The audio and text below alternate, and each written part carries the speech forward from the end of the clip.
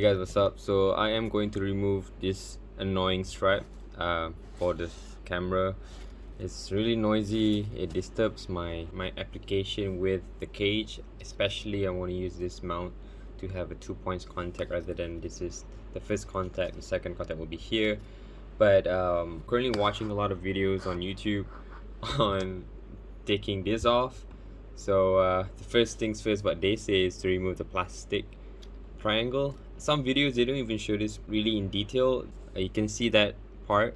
It's like it's meant for this thing to be open like that. So let's see. I'm just gonna pull this one off first. I just pull on the right side and then that's it. Huh, alright, cool. And there we go. There we go. Clean. So like any other key mount, see that part? Use my fingernails. Oh, me, mate. This is like a broken part of a SIM card ejector. There we go. Told you, man. Damn clever. Alright, I think that we're there. Yep, we're there, guys. We're done. See? Come on, one more. Ta-da! Now this thing is inside here. Shang.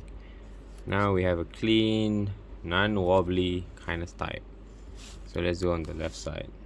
And then one-sided and then end is off. Easy. Let's put the metal thingy like that. Then you have a very strong anchor point. Yep, we're in. We're in, guys. Last shot. Done. Alhamdulillah.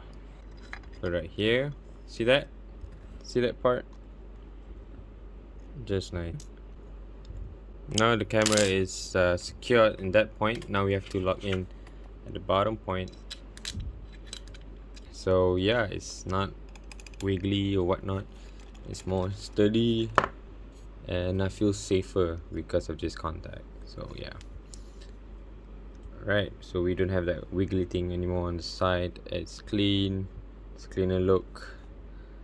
Yeah, it's better.